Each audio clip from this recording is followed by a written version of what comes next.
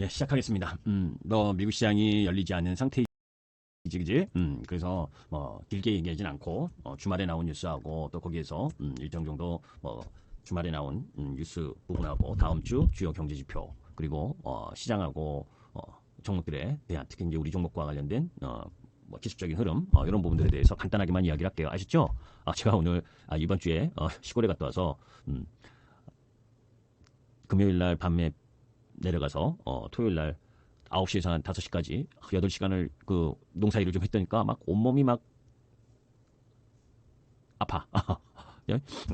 이 저 뭐야 여러분들 그 요즘 드릅 드시죠? 엄드릅이라고. 그죠? 이제 제가 이 사진에도 딱 제가 오늘 일하고 온 거 여기 딱 있잖아. 예? 이거 따고 엄나무 드릅이라고 해서 따고 그다음 저 이 나무를 다 이 가지치기란이죠. 그걸 했더니 이게 저 뭡니까? 어깨 뭐 해가지고 무진장 피곤해요. 근데 싱싱해 보이지 않아요? 우리 엄마 이름인데 그제?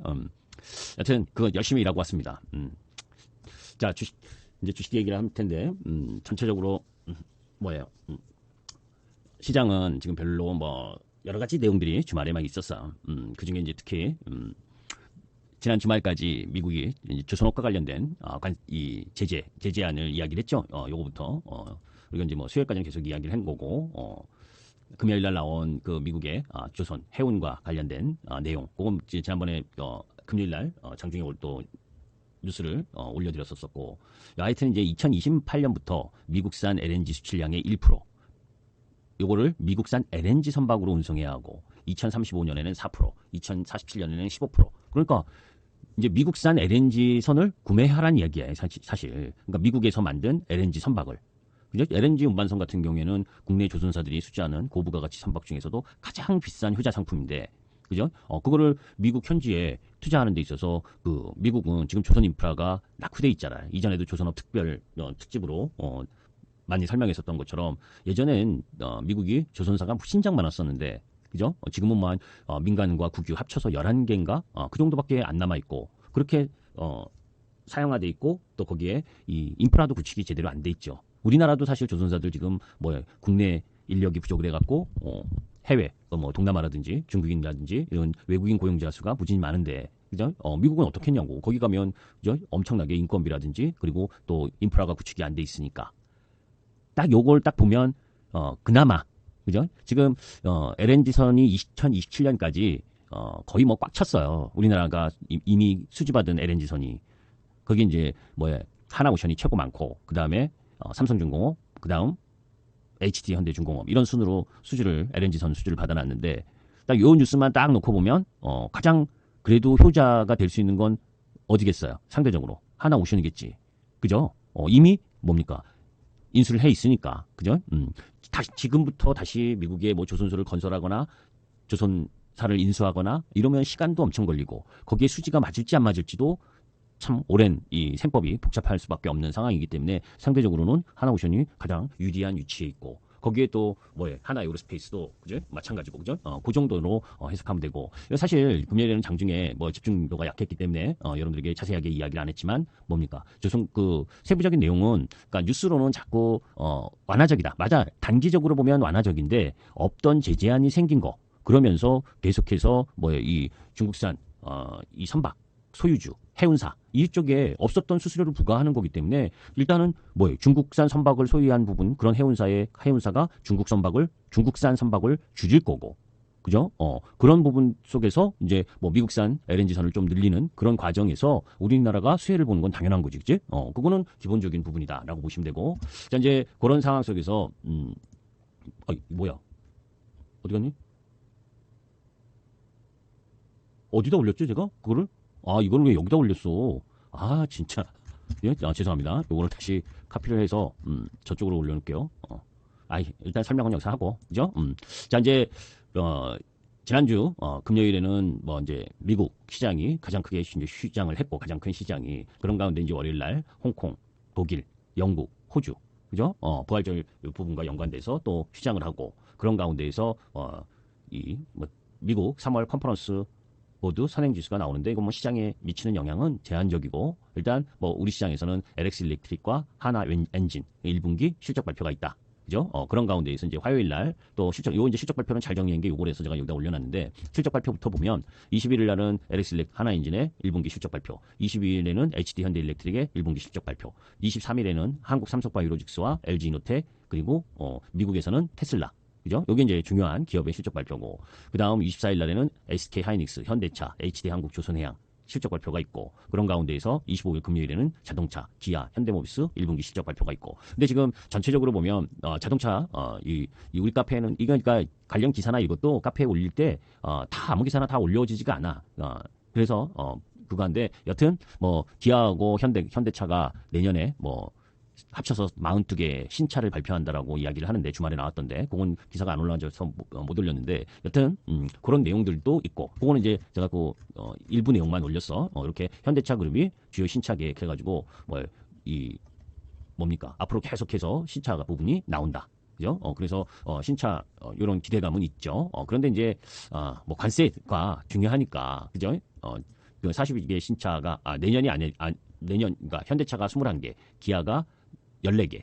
그래서 35개에다가 거기에 이제 제네시스가 7개. 그래서 역대 최대 뭐 신차를 준비했다라고 그러는데 뭐 봐야지. 여튼 뭐 그렇게 준비를 하고 있어. 자, 이제 그런 가운데에서 지금 4월 18일 날 나온 뉴스를 보게 되면 미국의 포드가 중국 수출을 중단했다. 뭐 포드의 F-150 랩터라든지 머스탱이라든지 뭐 프롱코 SUV라든지 링컨이라든지 이게 뭐 원체 관세가 높으니까 그죠? 미국에서 중국으로 수출하는 것도 뭐 125%니까 이게 뭐 되겠습니까? 이제 이 관세에 대한 부작용들이 계속 나오고 있는 거지. 뭐 포드도 그렇고 또 이제 이 아까 미국이 조선과 관련된 해운과 관련된 이런 제재 대중국 압박 그 속에서 지금 코로나와 관련된 부분도 지금 백악관에다가 그죠? 4월 18일 날 올린 실험실 유출 제목에 그래서 코로나19가 중국 우한의 바이러스 연구소에서 유출됐다는 주장을 공식적으로 부각하고 일부 주에서는 중국의 그죠? 이 코로나 유출에 대한 책임 뭐 이런 부분들 그래서 금전적인 소송도 제기하는 뭐 그런 부분도 있다라고 하는데 여튼 뭐 전방위적으로 압박을 하고 있는 중이야.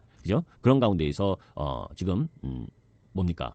4월 18일까지만 해도 뭐 트럼프가 3주, 4주 이내에 중국과 대화를 할 것이다. 뭐 한 달 이내에 대화를 할 것이다. 뭐 이런 이야기를 했었는데 뭐 주말에 나온 이야기를 보게 되면 뭐 또 지금 물밑에서 협상을 하고 있다. 뭐 이런 이야기도 나오고 그렇게 뭐 지금 뭐 서로 간보고 있는 중이지. 그렇게 이제 이게 왜 그러냐면 뭐 다방면으로 지금 관세 전쟁 흐름이 진행되고 있고 더 나아가서 여기에도 지금 영향이 있어. 지금 뭐 저는 처음 들어본 나라이긴 한데 그죠? 가이아나라고 요 가이아나 요 뭡니까 분홍색하고 요 검정색 요게 이제 가이아나고 그죠? 여기 전체가 그리고 이제 여기 옆에가 베네수엘라인데 지금 가이아나하고 베네수엘라의 영토 분쟁에 미중 대리전이 양상이 좀 일어나고 있는 상황이죠. 이제 베네수엘라는 중국하고 가깝고 요 가이아나는 지금 이 엑슨모빌이 요 가이아나 옆에 요 심해 유전의 석유 탐사나 개발을 진행 중인데 가이아나의 요 에세퀴보 지역은 금, 다이아몬드, 각종 기하 자원이 다량 매장되어 있고 인근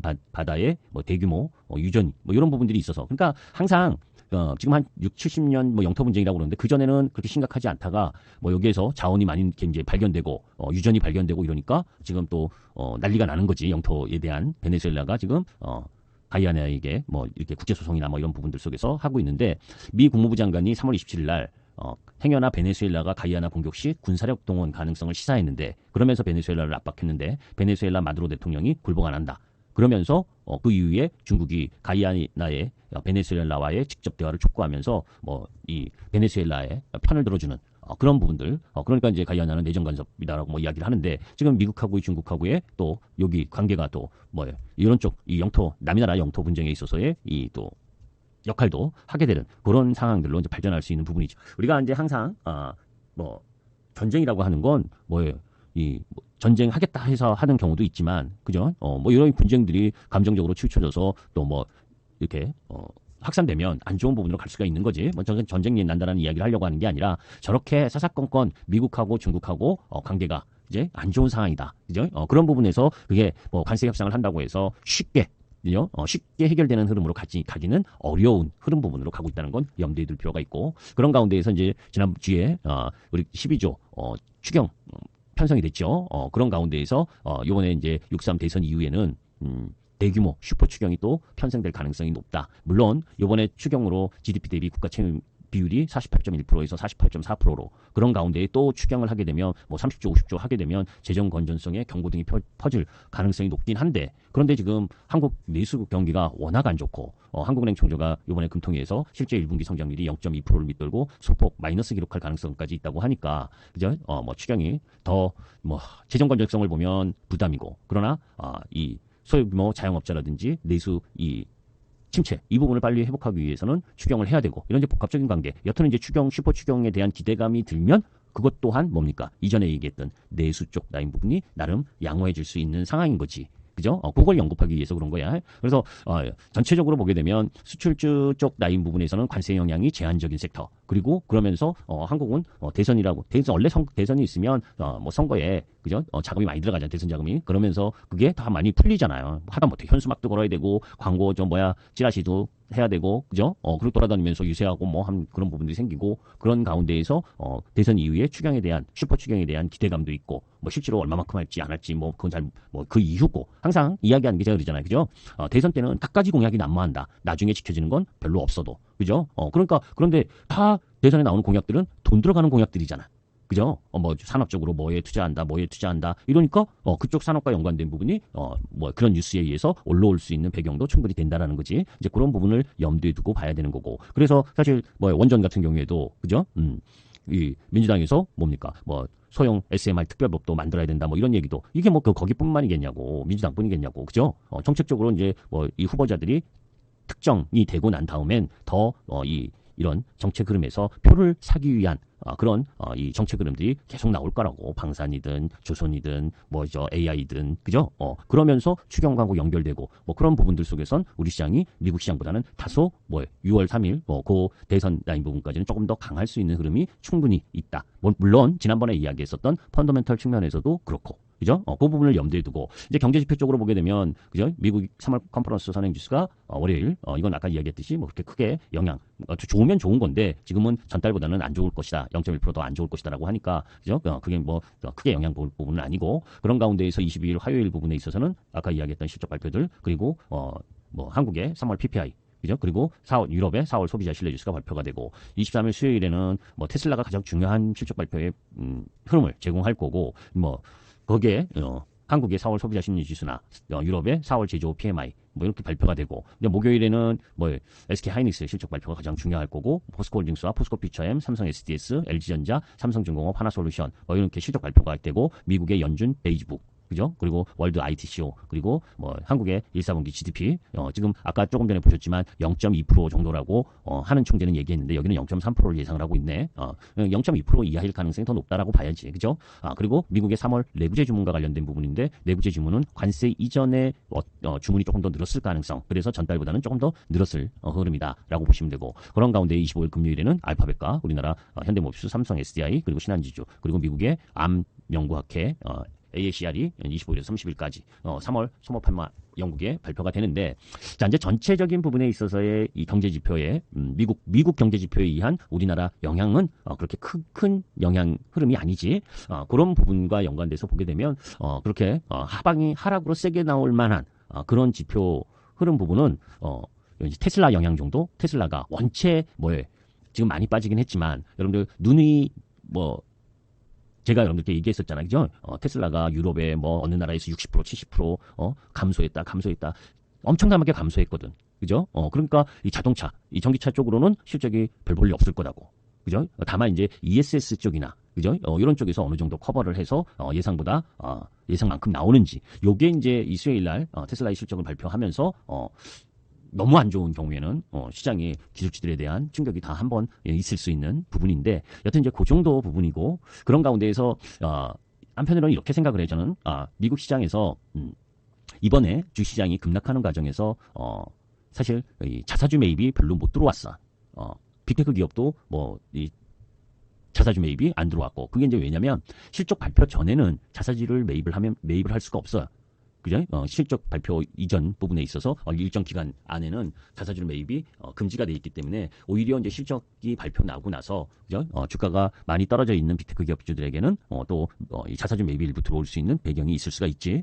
더 안 좋아질 것이다라고 보면 들어오진 않겠지만 여튼 근데 지금 미국 시장에서 보게 되면 이 관세 전쟁이 쉽게 끝날 부분이 아닌 부분, 그리고 이 트럼프 일기 때 관세 관련해서 상당 부분 시간이 걸렸던 부분, 그리고 전저점도 이탈했었던 부분, 이런 부분들을 고려한다면, 그죠? 자사주 매입 기대감이 일부 있긴 하지만 그렇게 적극적으로 들어오기는 쉽지 않지 않겠냐, 그죠? 그런 걸 보면 미국 시장의 기대는 그렇게 크진 않을 거고, 다만 이제 일본하고 뭐 우리나라를 비롯해서 우방국에 대한 이 우선 협상 대상으로 해가지고 지금 협상을 했는데, 일본하고는 노이즈가 좀 꽤 있죠, 그죠? 무슨 얘기냐면 일본하고 관세 했는데, 그죠?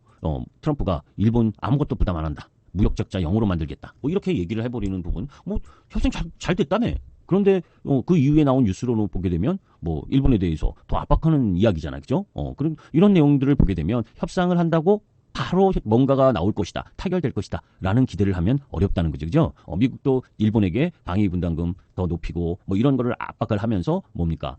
일본에 협박을 하고 있는 상황이고, 그래서 일본 정부가 뭐 쌀이나 대두의 수입 확대, 그리고 수입 자동차 인증제도 완화, 뭐 이런 부분을 이야기를 하고 있지만, 검토한다고 하지만 이달 중에 두 번째 협상을 열기로 합의했다. 이달 앞으로 열흘 남았죠, 그죠? 근데 두 번째 협상에서도 협상이 타결되기는 쉽지 않다는 거예요. 자, 그러면 우리나라는 지금 요번에 이렇게 이번 주에 이제 협상 부분, 그래서 이제 자동차주도 협상 기대감으로 지난주 금요일에는 소폭 반등을 했잖아요, 그죠? 이번 주 미 워싱턴에서 재무장관과 통상장관 2+2 통상 협의를 한다, 그죠? 기대감은 있어. 그런데 기대감이라는 건 뭡니까? 기대야. 기대는 항상 실망을 불러일으키는 게 많죠. 기대대로 다 된다면 뭐 얼마나 좋아, 그죠? 여튼 뭐 우리나라도 만만치 않을 것이다라고 보는 가운데에서 통상 현안을 논의하기 위해서 2+2 회담을 하게 되는데, 그죠? 22일부터 이제 최상무 부총리까지 가세를 해서 22일부터 27일까지 워싱턴 DC에 머물면서 G20 재무장관 회의와 IMF 춘계 회의 뭐 이런 부분들도 다 같이 소화를 하면서 협상을 그 기간 머물면서 하겠다는 건데, 얼마나 잘할지 기대가 실망으로 변할 수 있다는 것도 염두에 두고 봐야 된다라고 보시면 됩니다. 자, 이제 그런 가운데에서 종목적으로 보게 되면 증권가가 주목하는 종목, 이게 예전에 제가 여러분들께 다 이야기한 거야, 그죠? 뭐 하나요로, 현대로템, 그지? 풍산, 한국풀마인데, 풍산 그것도 방산 관련주죠. 그런데 저는 풍산은 별로고, 한국풀마도 괜찮다. 그리고 조선방산, 뭐 이쪽 라인 부분, 거기에 이제 바이오나 로봇도 관세 정책에 덜 민감한 업종이다. 민감한 업종인데, 덜 민감한 업종인데, 바이오와 로봇은 뭡니까? 기술 수출 관련 바이오 관련주를 제외하고는 실적이 안 되잖아.